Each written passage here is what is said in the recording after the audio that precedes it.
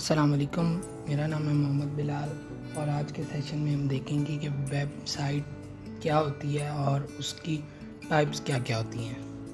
Website किसी भी business की एक ऑनलाइन आइडेंटिटी होती है, जैसा कि आपके सामने भी लिखा हुआ है। Website is a set of related web pages located under single domain name, typically produced by a single person और ऑर्गेनाइजेशन।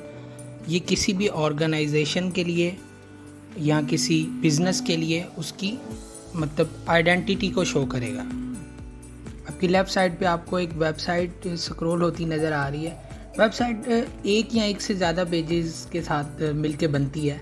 एक पेज की वेबसाइट भी हो सकती है और ज़्यादा पेजेस की वेबसाइट भी हो सकती है, लेकिन एक वेबसाइट किसी एक डोमेन नेम के अंडर ही सारी रहेगी। अब फॉर एग्ज़ाम्पल अब एक पेज की वेबसाइट है तो उसका डोमेन नेम डिफरेंट होगा। अब मल्टीपल पेजेस की जो वेबसाइट है उसका फॉर एग्ज़ाम्पल अब उसके अंडर 5 पेज आ रहे हैं तो फिर भी उनका डोमेन नेम तो सबका सेम होगा। अब बात करते हैं लैंग्वेजेस की कि एक वेबसाइट को बनाने के लिए हम किन किन लैंग्वेजेस की ज़रूरत पड़ सकती है। फॉर एग्ज़ाम्पल अगर हम आपस में बात करें तो भी हम किसी लैंग्वेज के थ्रू बात कर रहे हैं ना, तो इसी तरह से किसी वेबसाइट को बनाने के लिए भी ज़ाहिर सी बात है लैंग्वेजेस की ज़रूरत होगी। और सबसे जो इसमें नेसेसरी और ज़रूरी लैंग्वेज है वो HTML और CSS है। HTML एक वेबसाइट का स्ट्रक्चर बनाती है और CSS जो है उसके ऊपर फॉर एग्ज़ाम्पल पेंट का काम करती है। इसी तरह हम बैकएंड के लिए यहाँ पे PHP यूज़ करते हैं और इसी तरह से MySQL हम यूज़ करेंगे डेटाबेसेस के लिए या किसी भी डाटा को फॉरवर्ड करने के लिए या एक दूसरे को पहुँचाने के लिए। आगे हम देखते हैं वेबसाइट्स की टाइप्स। वेबसाइट्स की दो तरह की वेबसाइट्स होती हैं, डायनामिक वेबसाइट और स्टैटिक वेबसाइट्स। डायनामिक वेबसाइट्स ऐसी वेबसाइट होती हैं जिसके ऊपर यूज़र अपना डाटा दे भी सकता है और वहाँ से डाटा ले भी सकता है। फॉर एग्ज़ाम्पल सबसे बड़ी एग्ज़ाम्पल आजकल के हमारे पास है वो फेसबुक है। फेसबुक के ऊपर आप कमेंट करते हैं तो आपका कमेंट अपलोड हो जाता है और वो सारी दुनिया देख सकती है आपका कमेंट। इसी तरह से इस सब को बनाने के लिए हमें ज़ाहिर सी बात है, जैसे मैंने आपको पहले बताया कि लैंग्वेजेस की ज़रूरत पड़ेगी।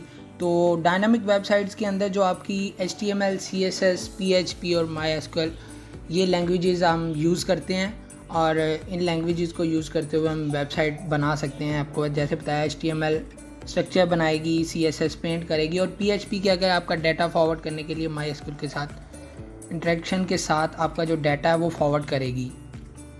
अब एक स्टैटिक वेबसाइट है जो है वो वेबसाइट ऐसी होती है, हम इसको इस तरह भी देख सकते हैं कि ये जस्ट स्टैटिक स्टैट्स से फॉर एग्ज़ाम्पल के स्टैट जस्ट शो होंगे इसके अंदर। फॉर एग्ज़ाम्पल आप सिर्फ देख सकते हो कि क्या क्या चीज़ें हो सकती हैं, ना आप यहाँ पे कोई अपना कमेंट दे सकते हैं ना वहाँ से हम कोई चीज़ गेट कर सकते हैं। तो इसी तरह से ये वेबसाइट्स बार बार अपडेट नहीं होती, ये एक दफ़ा बना दी गई हैं और रोज़ बरोज़ इसको यहाँ हर मिनट पे अपडेट नहीं हो सकती। जैसा कि आपकी जो फेसबुक है और मिली सेकंड्स के ऊपर भी आपकी फ़ेसबुक अपडेट हो रही है। फॉर एग्ज़ाम्पल कोई ना कोई बंदा तो वहाँ पे कमेंट कर रहा है या न्यूज़ फीड अपडेट होती रहती है, आपको वहाँ पे बार बार नई चीज़ें नज़र आती हैं। लेकिन स्टैटिक वेबसाइट में ऐसा कुछ नहीं है, वहाँ पे आपको जो एक दफ़ा चीज़ बन गई है वो आपको वही नज़र आएगी, बेशक आप महीने बाद खोलें, बेशक आप 1 साल बाद खोलें, जब तक के पीछे से बैकएंड से वो आपकी साइट को जो डेवलपर्स हैं वो अपग्रेड ना कर दें। ये जो आपको पेज नज़र आ रहा है ये एक कोड किया हुआ है, ये एक वेबसाइट का बैकएंड है, ठीक है। एक पेज पे हम कोडिंग करते हैं, डेवलपर के लिए वही पेज है और जो हमारा यूज़र देखेगा वो पेज हमारा कुछ इस तरह से होगा और ये हम कह सकते हैं कि यूज़र साइट भी है हमारी वेबसाइट की, ठीक है। आज का सेशन यहाँ पे एंड होता है। मैं उम्मीद करता हूँ आप और आपके घर वाले खैरियत से होंगे। अगर किसी भी कोई मुश्किल वक्त है अल्लाह पाक उसके लिए आसानियाँ पैदा करे। मुझे, अपने घर वालों को और अपने दोस्तों को दुआ में याद रखिएगा और कभी नाउम्मीद नहीं होना, मोमिन कभी नाउम्मीद नहीं होता।